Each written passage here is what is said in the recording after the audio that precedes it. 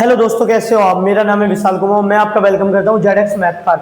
आज का हमारा लेक्चर होने वाला है 9th क्लास की न्यू एनसीईआरटी मैथ बुक गणिता मंजरी की एक्सरसाइज 1.1 पर। चैप्टर का नाम है orienting yourself the use of coordinates पर। ये एक्सरसाइज काफ़ी ज़्यादा छोटी होने वाली है। इस एक्सरसाइज के मैं सारे क्वेश्चन आपको कराऊंगा। तो चलिए स्टार्ट करते हैं। क्वेश्चन नंबर 1 कहा गया है फिगर 1.3।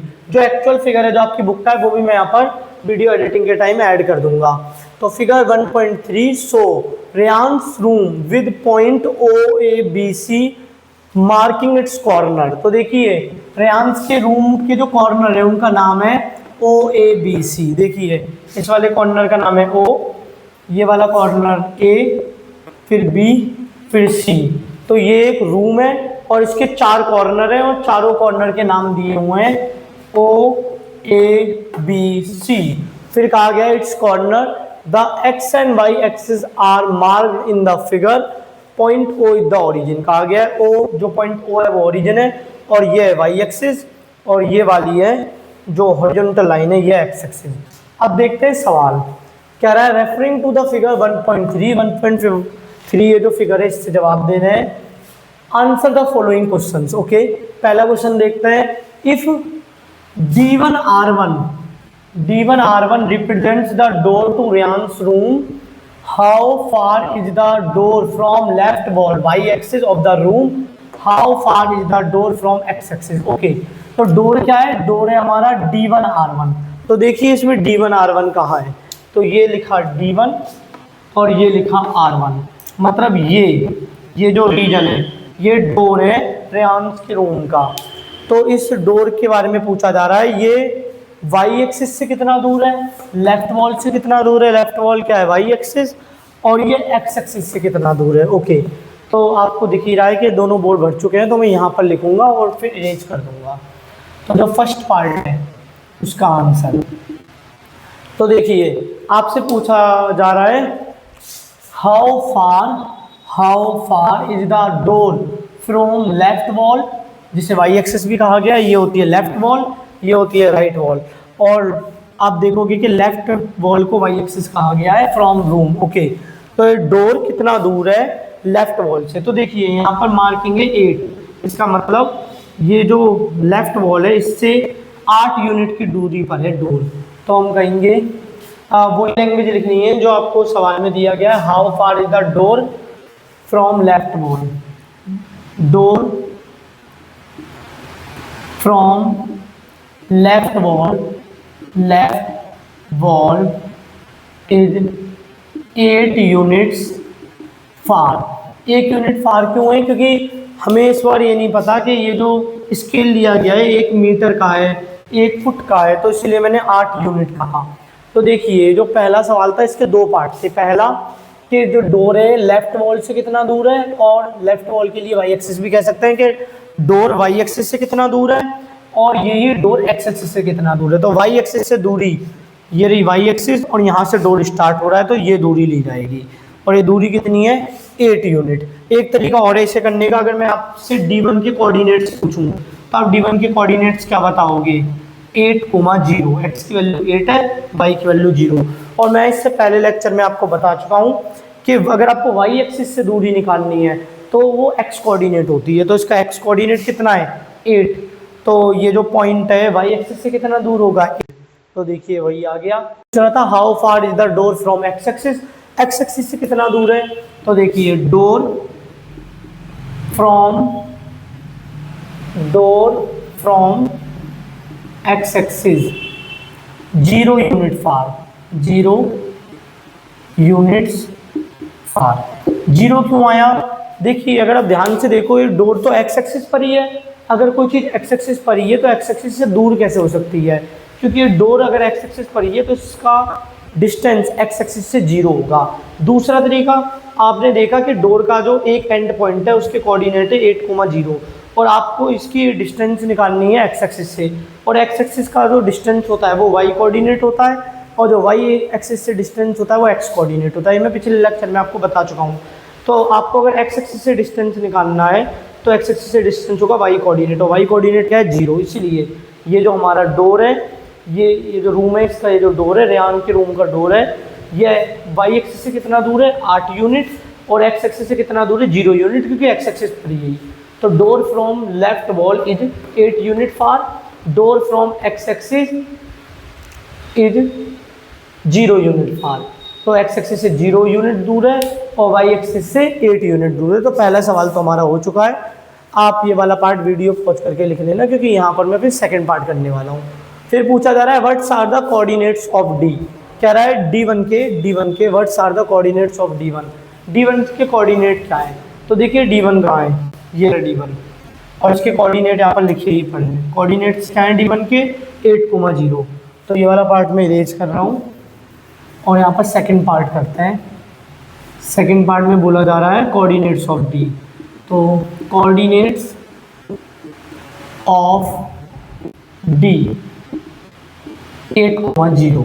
आप साफ देख सकते हैं किसी भी पॉइंट के कोऑर्डिनेट कैसे बताते हैं। पहले उस पॉइंट से D1, पहले उस पॉइंट से एक्स एक्सिस पे परपेंडिकुलर डाला जा रहा है, और एक्स एक्सिस पे परपेंडिकुलर डालोगे तो 8 आएगा, क्योंकि पॉइंट एक्स एक्सिस पर ही है, और वाई एक्सिस पर परपेंडिकुलर डालोगे तो 0 आएगा। तो कोऑर्डिनेट्स ऑफ D1 क्या है 8,0। यही पूछा गया था, D1 के कोऑर्डिनेट्स बताओ। कोऑर्डिनेट्स मतलब एक्स की वैल्यू वाई की वैल्यू, तो ये हो चुका है। अब देखते हैं थर्ड पार्ट में क्या पूछा जा रहा है। If R1 is the point 11.5, देखिए R1 ये रहा 11.5, how wide is the door. कह रहा है डोर वाइड कितना है, डोर की चौड़ाई कितनी है। If a person in a wheel chair wants to enter the room will he see be able to do so easily. फिर कहा जा रहा है कि अगर एक व्हील चेयर वाला पर्सन एंटर करने की कोशिश करेगा इस रूम में, तो क्या वो आसानी से कंफर्टेबली एंटर कर पाएगा या नहीं। तो देखिए पहले हम निकालेंगे how wide is the door, तो विड्थ ऑफ डोर निकालने वाले हैं। How wide is the door, तो third part width of door. अब ध्यान से देखिए, ये वो वाला केस है जब दोनों के दोनों पॉइंट एक्स एक्सिस पे हैं। तो चाहो तो आप डिस्टेंस निकाल लो, ये हो गया x1 y1, ये हो गया x2 y2। मैं उम्मीद कर रहा हूँ आप ये लेक्चर मेरा पहला लेक्चर देखने के बाद ही देख रहे होंगे। जो मेरा फर्स्ट लेक्चर था उसको मैंने पार्ट्स में अपलोड करा है, ताकि आसानी से आप देख पाओ उनको, ऐसा ना लगे कि काफ़ी लेंथी लेक्चर है। तो आप वो लेक्चर देख कर ही इस लेक्चर को देखें, मेरा पहला लेक्चर देखने के बाद, नहीं तो आपको चीज़ें उतनी अच्छी तरीके से समझ में नहीं आएंगी। तो देखिए हमसे पूछा जा रहा है कि डोर वाइड कितना है, तो क्योंकि दोनों पॉइंट एक्स एक्सिस पर है।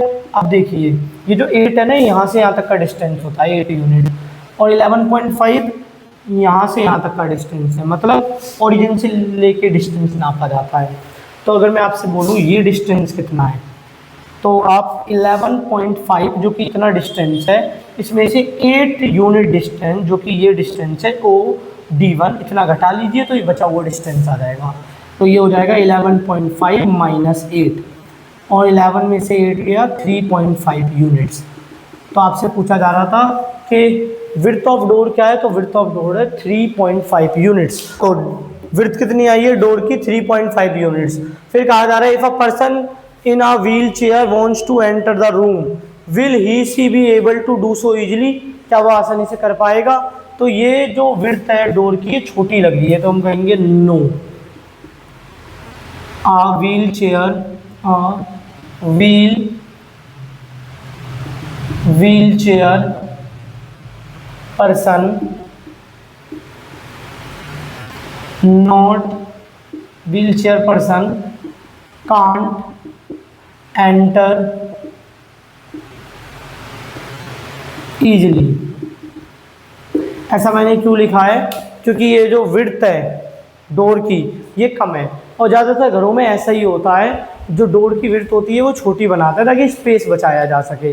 हाँ अगर कोई बहुत ही ज़्यादा अमीर है तो उस केस की मैं बात नहीं कर रहा। तो ये रहा हमारा थर्ड वाला पार्ट भी हो गया। फोर्थ कह रहा है इफ़ B1 है 0,1.5, तो B1 ये रहा, इसकी कोऑर्डिनेट्स दिए हैं आपको 0,1.5, और कहा जा रहा है B2 0,4, B2 ये रहा 0,4 represent the ends of the bathroom door. ये दोनों ये जो पॉइंट हैं ये बाथरूम डोर के एंड है। आपसे बोला जा रहा है is the bathroom door narrower or wider than the room door. आपसे पूछा जा रहा है ये जो डोर है बाथरूम डोर ये जो रूम का डोर है उससे पतला है, उससे नैरो है, उससे वाइड है, उससे चौड़ा है। तो ठीक है, फोर्थ पार्ट करते हैं।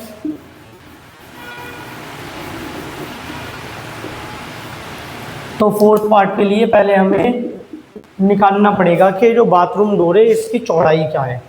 तो width of bath room door, तो देखिए दोनों के दोनों पॉइंट क्या है वाई एक्सिस पे।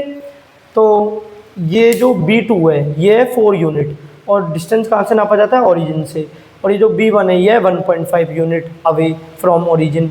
तो अगर मैं इस पूरे डिस्टेंस में से जो कि 4 है ये वाला डिस्टेंस घटा दूं जो कि है 1.5, तो बचा हुआ डिस्टेंस आ जाएगा। तो 4 माइनस 1.5, और देखिए आप सब्ट्रैक्ट कैसे करोगे। 4 को ऐसे लिखा जा सकता है 4.0 और 1.5, अब सब्ट्रैक्ट कर दीजिए, ये आ गया 2.5। तो हमारा आंसर है 2.5 यूनिट्स। तो हमने सबसे पहले ये निकाला कि बाथरूम डोर की चौड़ाई क्या है, विड्थ क्या है। अब हमसे पूछा गया था is the bathroom door narrower or wider than the room door, क्या जो बाथरूम डोर है वो नैरो है, पतला है, या वाइडर है, चौड़ा है रूम डोर से। तो साफ दिख रहा है रूम डोर कितना आया था, रूम डोर की चौड़ाई आई थी 3.5 यूनिट्स, और बाथरूम डोर की चौड़ाई कितनी आई है 2.5, तो ये नैरो है। तो हम कहेंगे, सवाल पूछा जा रहा है इज, हाँ ठीक है, नैरो वाइडर, तो हम कहेंगे bathroom door is 1 unit narrower than room door. जो बाथरूम का डोर है वो 1 यूनिट पतला है रूम के डोर से। तो देखिए हमारा फोर्थ पार्ट भी हो गया। तो ये हमारा fourth part, bathroom door is 1 unit narrower than room door. फिर ये मेरे को एक चीज़ बतानी थी, मैं पहले भी बता चुका हूँ, in point P X comma Y, अगर आपके पास एक पॉइंट है पी एक्स कोमा वाई, तो एक्स का रिप्रेजेंट करता है वाई एक्सिस से परपेंडिकुलर डिस्टेंस। तो X represents the perpendicular distance of P from Y axis, और y क्या रिप्रेजेंट करता है x एक्सिस से परपेंडिकुलर डिस्टेंस उस पॉइंट का। तो y represents the perpendicular distance of p from x axis. तो उम्मीद कर रहा हूँ ये सवाल आपको समझ में आया होगा। एक बार मैं फिर से बता देता हूँ। फर्स्ट क्वेश्चन में बोला जा रहा था D1 R1 represent the door to Reyan's room, how far is the door from left wall of the room, how far is the door from x axis. ये रूम था रेयान का, D1 R1 कहा जा रहा था कि और लेफ्ट वॉल से कितना दूर है, क्योंकि 8 यूनिट बाद स्टार्ट हुआ है तो 8 यूनिट इसका आंसर था। फिर ये भी पूछा जा रहा था एक्स एक्सिस से कितना दूर है, क्योंकि ये जो रूम है एक्स एक्सिस पर ही है, तो एक्स एक्सिस से दूरी हो गई 0। दूसरा तरीका क्या था कि इसके कोऑर्डिनेट्स हमने देखे। अब अगर आपको ये स्टार्टिंग पॉइंट है, यहाँ से स्टार्ट हो रहा है रूम का डोर। अब अगर मैं आपसे पूछूं ये जो डोर है ये वाई एक्सिस से कितना दूर है, तो वाई एक्सिस से दूर कितना, वाई एक्सिस से दूरी क्या होती है X coordinate. x represent the perpendicular distance from p from Y axis. तो अगर मैं आपसे पूछता हूँ कि ये पॉइंट y एक्सिस से कितना दूर है, तो x कोऑर्डिनेट आ गया 8 यूनिट, और यही पॉइंट x एक्सिस से कितना दूर है, तो देखिए y represent the perpendicular distance from p from x axis, y वाला। तो अगर मैं आपसे पूछूँ x एक्सिस से कितना दूर है डोर, तो 0 यूनिट। फिर बोला जा रहा था what are the coordinates of D1 के कोऑर्डिनेट्स क्या हैं, तो ये आए थे x की वैल्यू 8, और क्योंकि अगर आप यहाँ से परपेंडिकुलर डालोगे तो y की वैल्यू यहाँ पर 0 है, तो 8,0। फिर पूछा जा रहा था if R1 is the point 11.5,0, ये रहा R1, how wide is the door, door wide कितना है। तो मैंने क्या करा 11.5 जहाँ पर एंड हो रहा है डोर का, और जहाँ से स्टार्ट हुआ था अगर मैं लेफ्ट वॉल से देखूँ 8 यूनिट से दोनों को घटा दिया। यहाँ से यहाँ तक का डिस्टेंस था 11.5, ओ से लेके R1 का, और ओ से लेके D1 का डिस्टेंस था 8 यूनिट। तो तब मैं 11.5 में से 8 यूनिट घटा दूंगा तो डोर की वाइडनेस आ जाएगी, विड्थ आ जाएगी, जो कि हमें सॉल्व करके मिली थी 11.5 माइनस 8 3.5 यूनिट्स। फिर आपसे बोला जा रहा था क्या व्हील चेयर वाले पर्सन आसानी से एंटर कर पाएगा, तो इसका जवाब है नहीं, क्योंकि काफ़ी ज़्यादा छोटी लग रही है। और फिर आपको जो फोर्थ पॉइंट था उसमें आपको 2 पॉइंट दिए थे, B1 1.5, B2 0,4, और ये किसके एंड पॉइंट थे, बाथरूम डोर के एंड पॉइंट थे। तो आपसे बोला जा रहा था कि जो रूम डोर है उससे नैरो है या वाइडर है, तो हमें पता लगा था, ये रहा इसका आंसर कि bathroom door is 1 unit narrower than room door. और ये ऑब्वियस ही है, ज़्यादातर ऐसा ही होता है क्योंकि रूम डोर को थोड़ा ज़्यादा बनाना पड़ता है ताकि उसके अंदर हमारे फर्नीचर वगैरह आसानी से रखे जा सके और निकाले जा सकें। तो बाथरूम डोर में इतने ज़्यादा फर्नीचर नहीं रखे जाते और ना के बराबर ही रखे जाते हैं, तो उसकी विड्थ उतनी ज़्यादा बड़ी नहीं रखते। और ये एक्स्ट्रा पॉइंट था, वीडियो पॉज करके नोट डाउन कर सकते हो। अब करते हैं थिंक एंड रिफ्लेक्ट। ये क्वेश्चन पेज नंबर 5 पर है और थिंक एंड रिफ्लेक्ट ये क्वेश्चन पेज नंबर 7 पर है। तो देखिए first question, what are the standard width for a room door, look around your home and in school. कहा जा रहा है कि आपको एक रूम डोर की स्टैंडर्ड विड्थ कितनी होनी चाहिए ये बतानी है। आमतौर पर एक कमरे के दरवाजे की चौड़ाई कितनी होनी चाहिए, अपने घर पर और अपने स्कूल में देख के बताओ। तो वैसे सब्जेक्टिव क्वेश्चन है, आपको देख के ही लिखना चाहिए। फिर भी मैं एक ऐसा नंबर लिख दे रहा हूँ जो नंबर काफ़ी ज़्यादा एक्यूरेट होगा जो आपकी रीडिंग आने वाली है। तो देखिए answer, the standard width for a room door is usually about मतलब लगभग। जो आमतौर पे जो रूम डोर है उनकी जो चौड़ाई है वो कितनी होती है, 32 इंचेस टू 36 इंचेस। 32 से 36 इंचेस के बीच में होती है लगभग। और अगर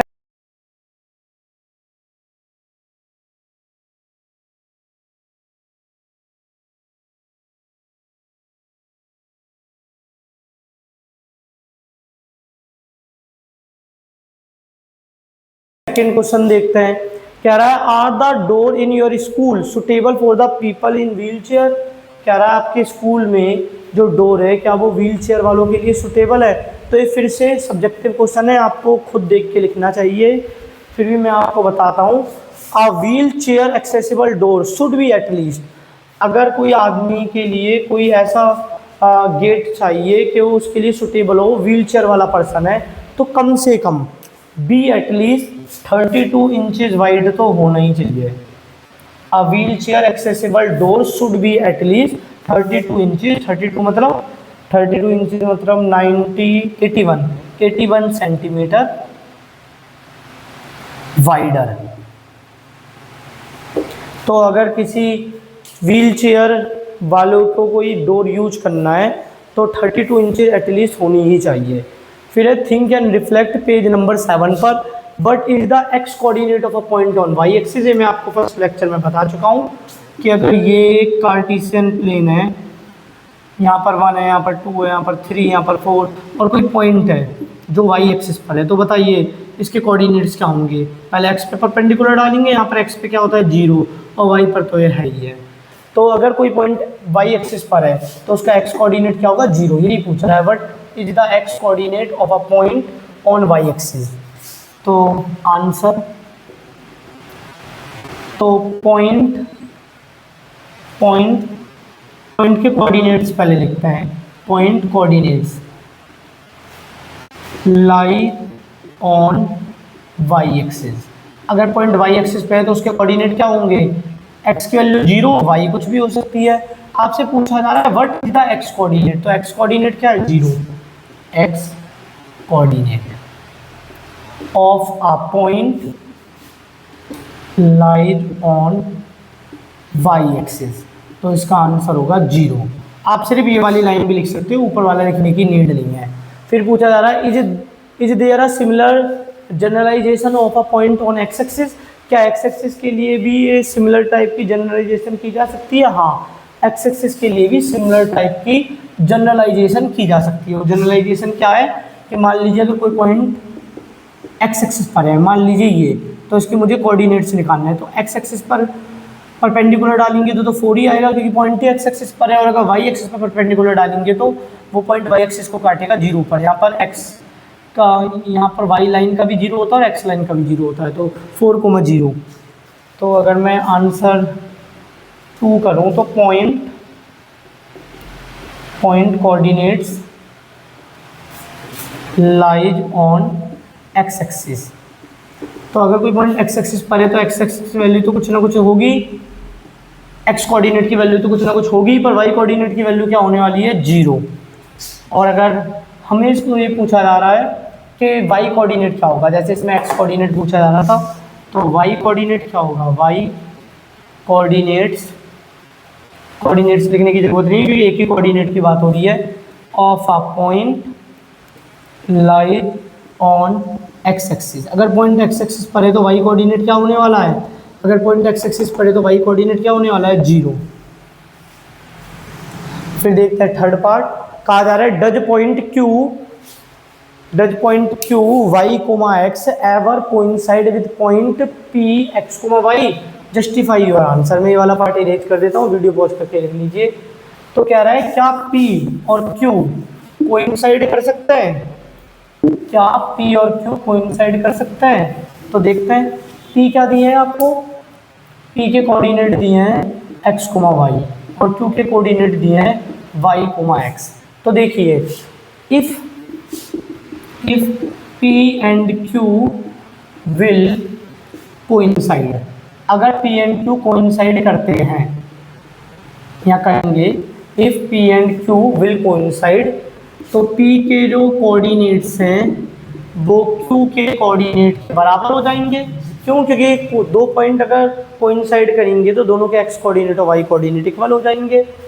तो अगर दो ऑर्डर्ड पेयर बराबर हो, if two ordered pair are equal, two ordered pair are equal, तो उसके करस्पॉन्डिंग पार्ट भी इक्वल होता है, then their corresponding